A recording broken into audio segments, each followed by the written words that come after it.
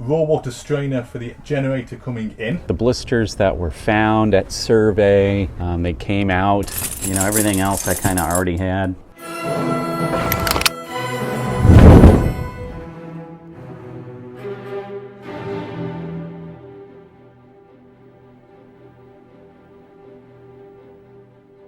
Heading off to Trinidad. Bora couldn't join me on this trip. She wants to know exactly what's in the galley though. The wine opener. More wine opener. Corkscrew. Well, that's gonna get some use. So I'll get video for her to review. We have retained the services of Captain Paul, who has looked after finally for the original owner over many years. He knows the yacht better than anyone and has experience managing projects, coordinating skilled repairmen and craftsmen. The boat is hauled out at Power Boats in Chaguaramas, Trinidad, where Captain Paul is overseeing the work to be done there, stripping the hulls down, fixing the blisters, etc. We're about to add more projects. First thing in the morning, he'll be showing me around the boat, and we'll discuss maintenance and upgrades. It's a beautiful morning in Trinidad. Chaguaramas, once again staying at Power Boats. Finally is hauled out. It's just down the road there. We'll go see that in a minute. Slept like a log after a long flight. Getting to Power Boats. It's cloudy, 82. It's gonna be beautiful. So yeah, let's go check on the progress of the boat. They're doing a lot of work on it, and let's see what's happening.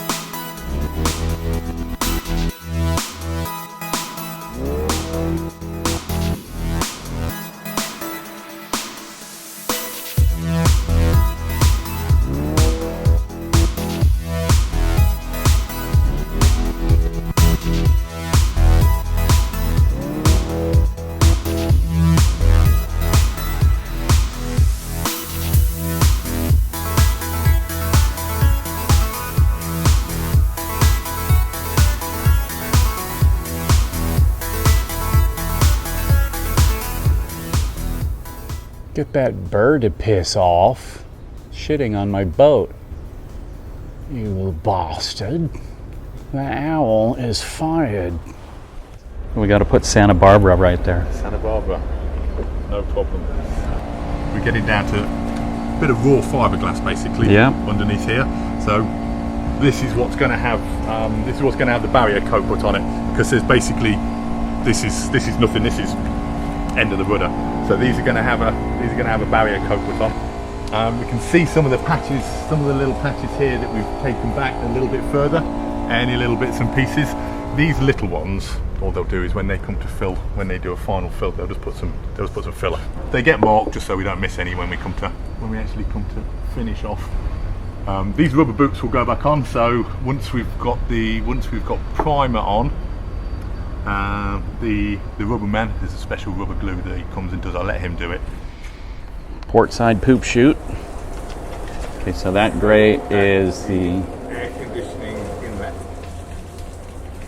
and we've got the generator raw water inlet and the generator exhaust next to it there.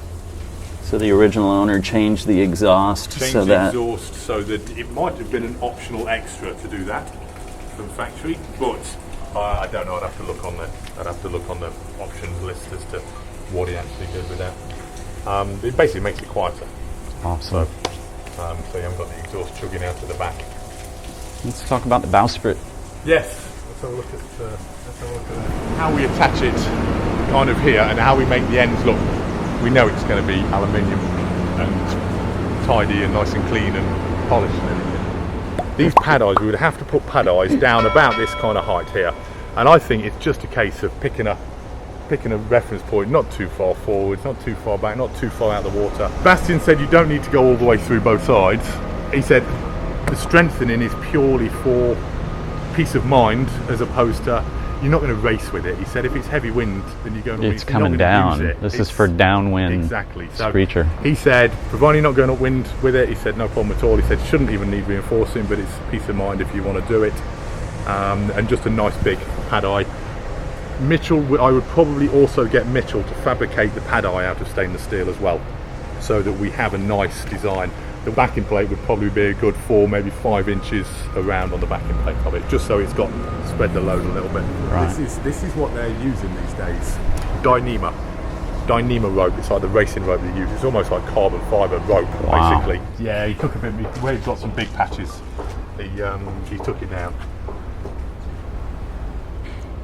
But you can see, I mean, they're not blisters, but they're patches that when you take everything off, you find them, and it's nice just to maybe fair them back up nice and tidy again. Nice 44-pounder, huh? Yeah, and there's another 44-pound inside as well. Excellent. This section on both sides where it's exposed fiberglass is where the barrier coat, the same barrier coat from the rudders, is going to be placed over. But just getting to know the location of these things to start with is kind of important. Okay. Just if you stick your head in that gap and look in that far right hand corner, Yeah. at the back, towards the back of the boat, you see the switch. 90-degree turn to the right will turn the engine battery on. This is the boat bag where we keep the boat papers. This all stays on the boat. So we have got things like builder certificate, first transfer title, where it was built, so any of the little measurements anybody ever needs from you, and then that'll allow you to get up inside and pull the headlining down without damaging too much. So I need 1 large and 2 small. Large and 2 small. Now I think you'll also find that these side ones are slightly different sizes to these. Yeah, Measuring tape is in my tool bag. So I said to Stephen, what is with the tape on here? Okay, and the reason Stephen took this off is simply because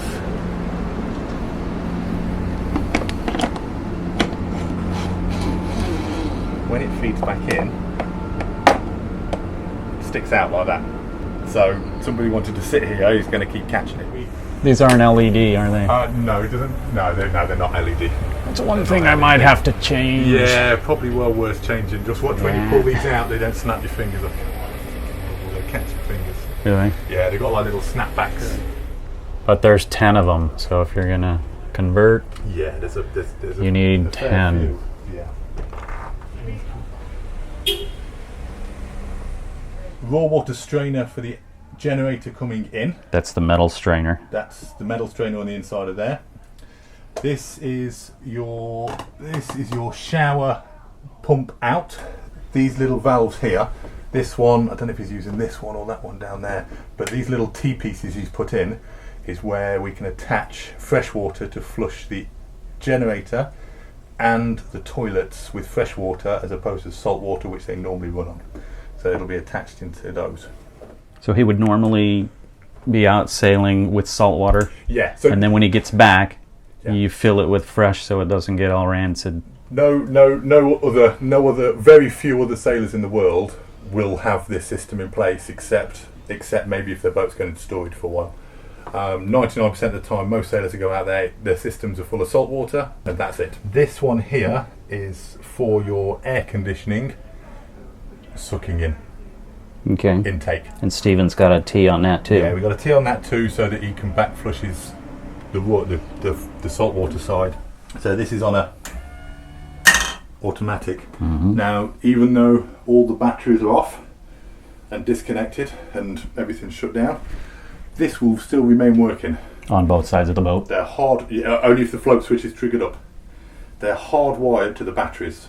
Excellent. So that there is no there is no chance of, or there is the first chance of water in it rising up high enough to lift up the float switch, that it will trigger off the bilge switch. This is where you're sucking up for your manual bilge pump. Sucking up the That's manual? a manual bilge pump. Oh, it's right, covered right. over so you don't get any big lumps of shit flowing into it. Okay.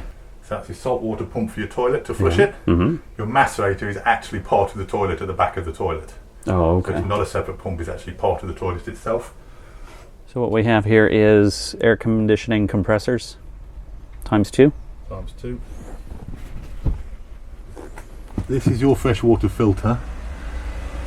The one on the left is your port water tank, the one on your right is your starboard water tank. So at the moment all you're doing is taking water from your starboard water tank. That one's open. If you want to take water from both at the same time and though they drain down together, which is what I personally prefer to do, as long as you monitor how much water you're using, you just sort of open them both up and both tanks will drain down at the same time together. That would be the ticket. Otherwise what you do is you empty one side of the boat and you can unstable the boat a little bit. If you're managing your water and you're keeping an eye on how much you've got, it's just to open both of them. So literally both open like that means you're taking water out of both tanks simultaneously. Okay, that's what I would obviously do. When you run out, You're out. Run out. Yeah. Starboard engine bay.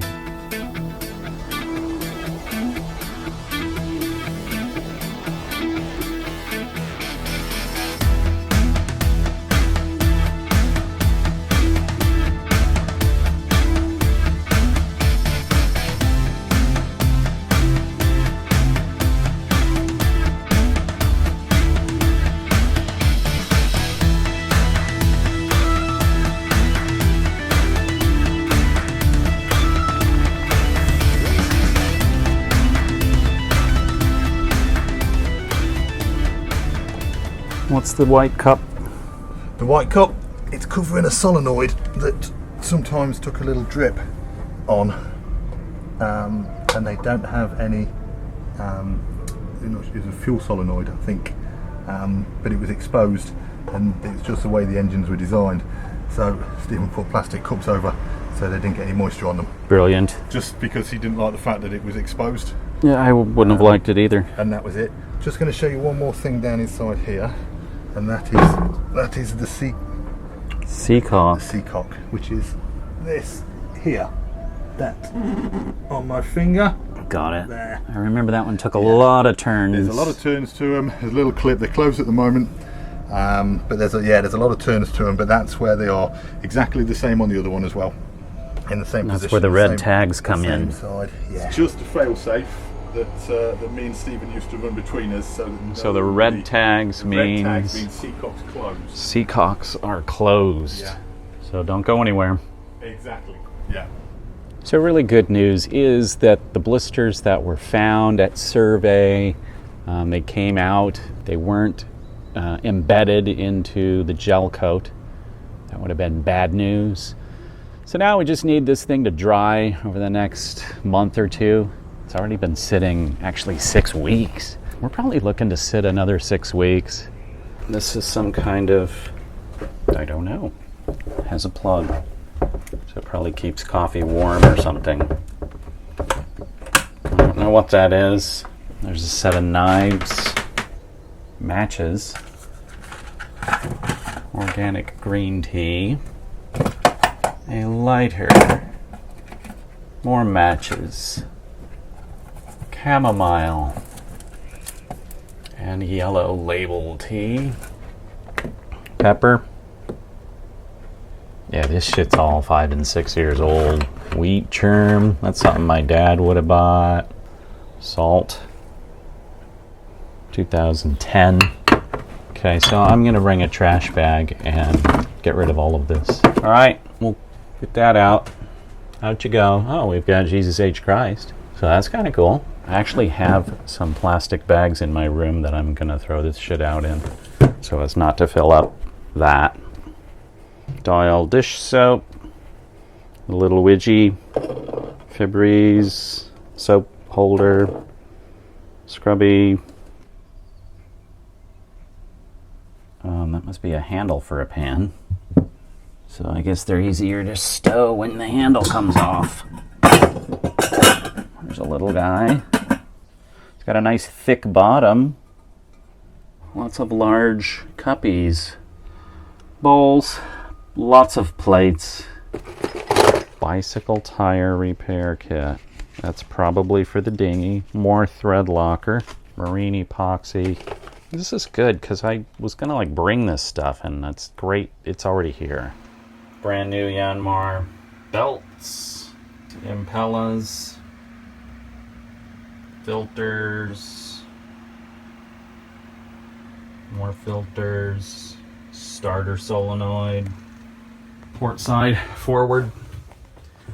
The forward compartment has 9 life jackets and another shore power cable. So for this first trip to the boat, since we've owned it, I brought a couple of bags full of stuff that'll stay on the boat. Starting to unpack this stuff now. I've got, a tool bag that's primarily sockets and wrenches. Another bag here is screwdrivers, pliers, stuff like that.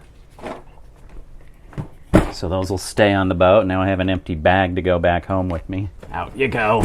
Quick look here. I picked these bags up. Well, first I started, I picked these black ones up at Harbor Freight. I like to refer to that as the Made in China store. Screwdrivers, pliers, some miscellaneous stuff. Actually do have another bag that is all miscellaneous. And then I bought a bag from Harbor Freight that didn't last until I even got it home. It was broken when I got it home. And I'm figuring this thing's really heavy, so this one's got to be a nicer bag. And I ended up getting this at Orchard Supply. It's a Bucket Boss. Okay, whatever. But yeah, this one's got all my wrenches and sockets. It's all metric, 6-point, and some 3/8 drive and quarter drive. Stuff like that.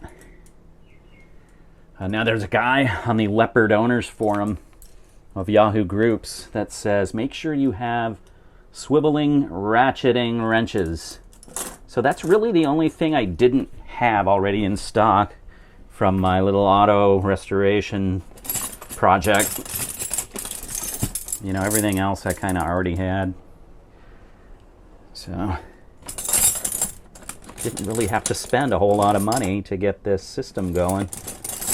So I already had 2 garages operating for the restoration of an old Mazda RX-3, which you can find on Let's Talk Shop if you're interested. That's where that is. And actually right now, I'm going to need this here tape measure because I am about to measure some hatches because we're going to have to replace a couple of hatch covers. I'll go do that in a bit. Okay, so there we go. Major tool bag, minor tool bag, and in the big bag, let's see what we got here. Lots of stuff. Fly swatters. There's actually one on board. Now we have 4. One of the things Bora and I thought was important was a first aid bag. And being in the medical field, it's shocking how much waste there is in the medical field. They throw stuff out left and right. I mean, even when it's not expired, it's like, wait, give me that. What are you doing? So we've put a bag together of first aid stuff that we're going to keep on board here. It's loaded with goodies, some of which we aren't going to show you. So there's that. Oh, foghorn broke. Boston. We had these in stock at home because our kids graduated high school.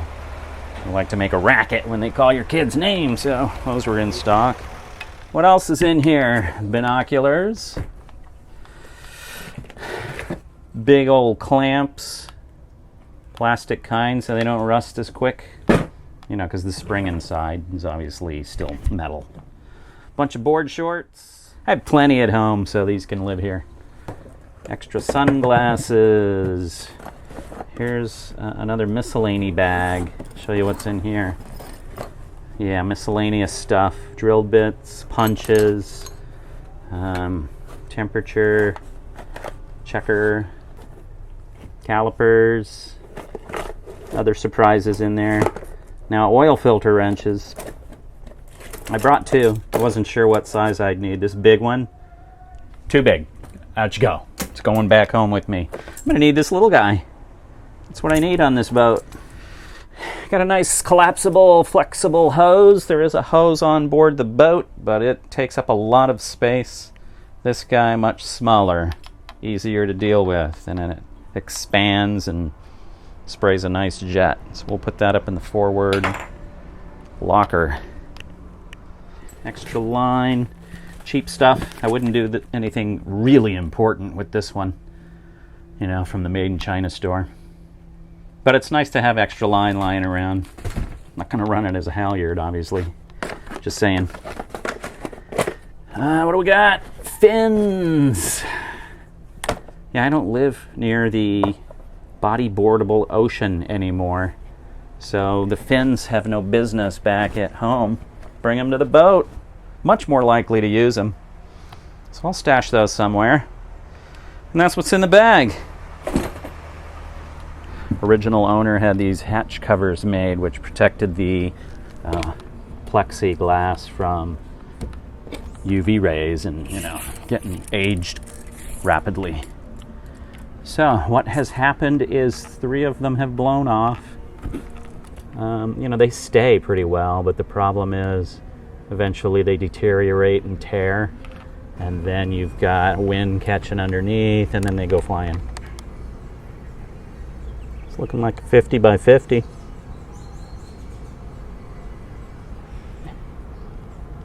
Yeah, it's a 50 by 50. Yeah, 50 by 50. So there's that one, plus one just like it over there. This guy here, this one's loose actually. Yeah, like 33 by 33. Yeah, that's a 33 by 33. Okay, so that's easy. 33 by 33. Yeah, so these were handmade here in Trinidad, and I will probably do that again. You can get them made out of sunbrella in the States. They're like 44 bucks a pop for this small one.